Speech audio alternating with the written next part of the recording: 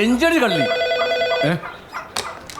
Hello, താനിവിടെ police സ്റ്റേഷനാണോ നടത്തുന്നത് അതോ കാഴ്ച ബംഗ്ലാവോ? Sorry madam. എത്രയും പെട്ടെന്ന് തന്നെ എല്ലാ ആനിമൽസിനെയും ഇവിടുന്ന് മാറ്റുന്നുണ്ട്. Stop it.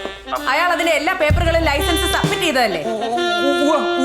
ആ ആനിമൽ പ്രൊട്ടക്ഷൻ അതോറിറ്റിക്കാരെ ഇട്ടിട്ട് പോവുകയും ചെയ്തു. അയാൾ താമസിക്കുന്ന സ്ഥലത്ത് നിന്ന് അവറ്റകളെ മാറ്റണമെന്നാണല്ലോ കോർട്ട് ഓർഡർ. അവിടെ നിന്ന് അതിനെ കൊണ്ടുപോയിക്കൊള്ളാൻ ഞാൻ പറഞ്ഞു മാഡം. പക്ഷേ അവിടെ കടിക്കല്ലേ ചെവി കടിക്കല്ലേ കള്ളി. നോൺസെൻസ്. ഇവളോട് പറഞ്ഞതാ മാഡം. അതിന്റെ ഗാർഡിയനോട് എല്ലാത്തിനെയും അവിടുന്ന് കൊണ്ടുപോകാൻ പറയണം. അയാൾക്ക് പോകാൻ വേറെ സ്ഥലമില്ല മാഡം, അതാ. പിന്നെ ആ നക്ഷത്രാമയെ വിൽക്കാൻ നോക്കിയ ആളെ കോർട്ടിൽ പ്രസന്റ് ചെയ്തോ? ഇല്ല മാഡം, ആ കേസ് തള്ളിപ്പോവും. വൈ? അത് സാധാരണ ആമയായിരുന്നു. അതിനെ പെയിന്റ് അടിച്ച് നക്ഷത്രയാമയാക്കി അറബിക്ക് വിൽക്കാൻ ശ്രമിച്ചതാ. അതാ ഞാൻ പിടിച്ചത്.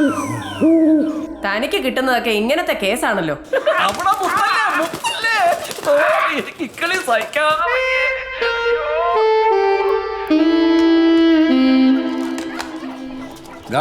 ഗോതമ്പ് തീർന്ന ഉണ്ട് സാറേ. അയാളുടെ കയ്യിൽ ഇനിയും കുറെ ജീവികൾ ഉണ്ടെന്നാ കേട്ടത്.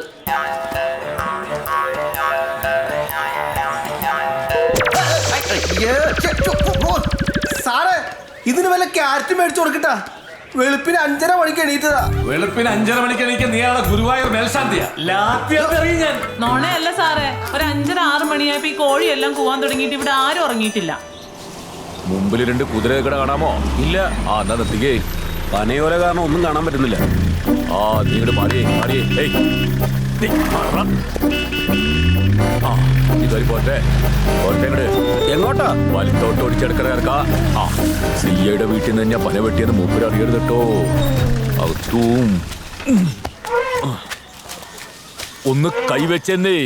ഒന്ന് പോയി ഹെൽപ്പ് ചെയ്ത് കുറവോ? ശരി സാർ. ജനമൈത്രി പോലീസ് ഇപ്പൊ മൃഗമൈത്രി പോലീസായി.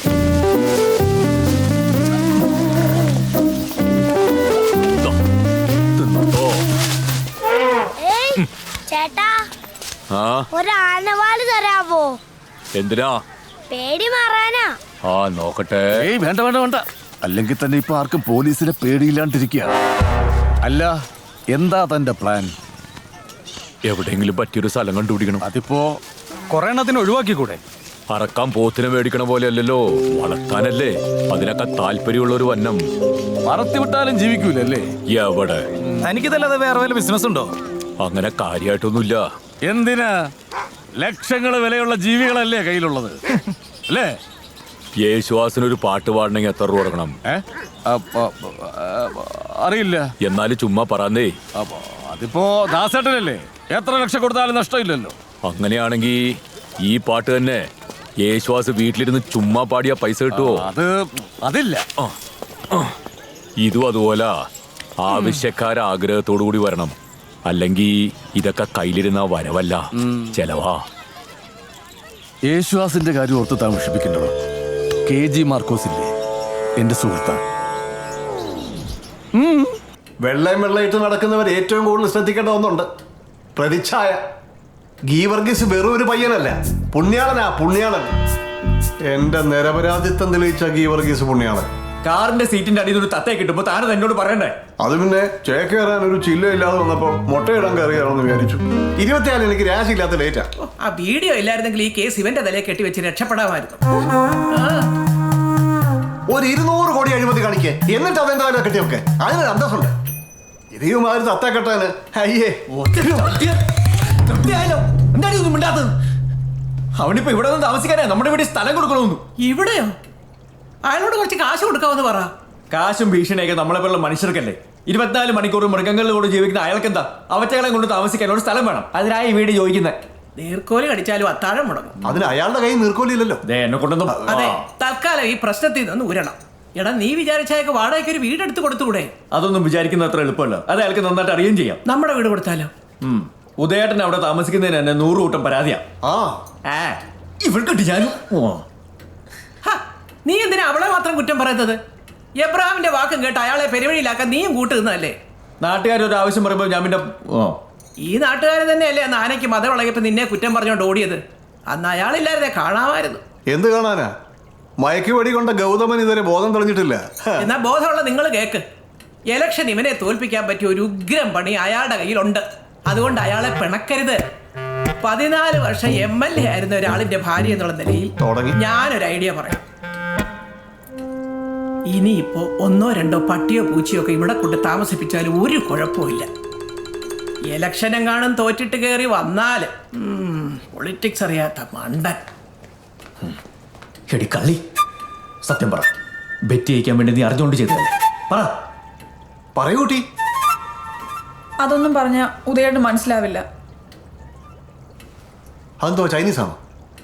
അന്നാ ആക്രിക്കാരന്റെ ത്രാസ് മോഷ്ടിച്ചപ്പോഴേ ഞാൻ പറഞ്ഞ ഈ പണി നിർത്തിക്കൊള്ളണമെന്നു. പറയടി. കല്യാണം കഴിഞ്ഞിട്ട് 6 വർഷമായി. കലേഷേട്ടൻ എന്നും കൂട്ടായിട്ട് കലേഷേട്ടന് തിരക്കുകളുണ്ടായിരുന്നു. എനിക്ക് സ്വന്തമായിട്ട് ഓമനിക്കാൻ ഒരു കുഞ്ഞില്ലാത്തതിന്റെ വിഷമ. കുഞ്ഞില്ലാത്തതിന്റെ വിഷമം തീർക്കാൻ മതിലയാടുന്ന ഒരു പരിഹാരമല്ല. പെണ്ണിന് കൂട്ടാണ് പഞ്ചവർണ്ണ തത്ത, പഞ്ചവർണ്ണ തത്ത പറന്നേ, തത്ത വന്നിട നെഞ്ചിലിരുന്നേ, നെഞ്ചിൽ നിന്നൊരു പാട്ടുമുണർന്നേ, പാട്ടിലൂടവൾ വാനിലുയർന്നേ.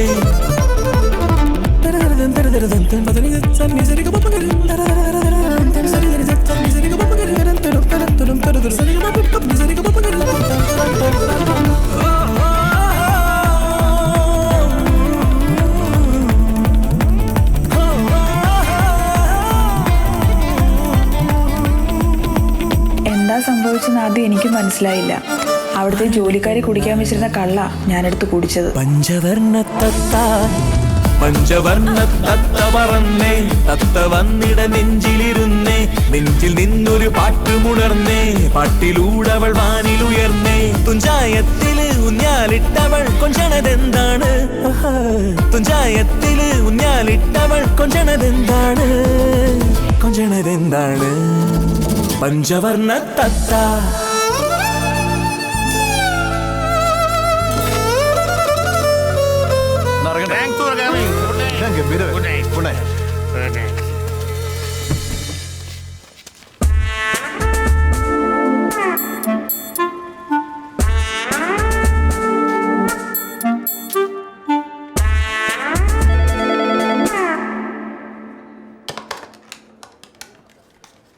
ഹലോ. എന്തായി? പോയി, എല്ലാ ജീവികളെയും കൊണ്ടുപോയി. ഗുഡ്. എങ്ങോട്ട്?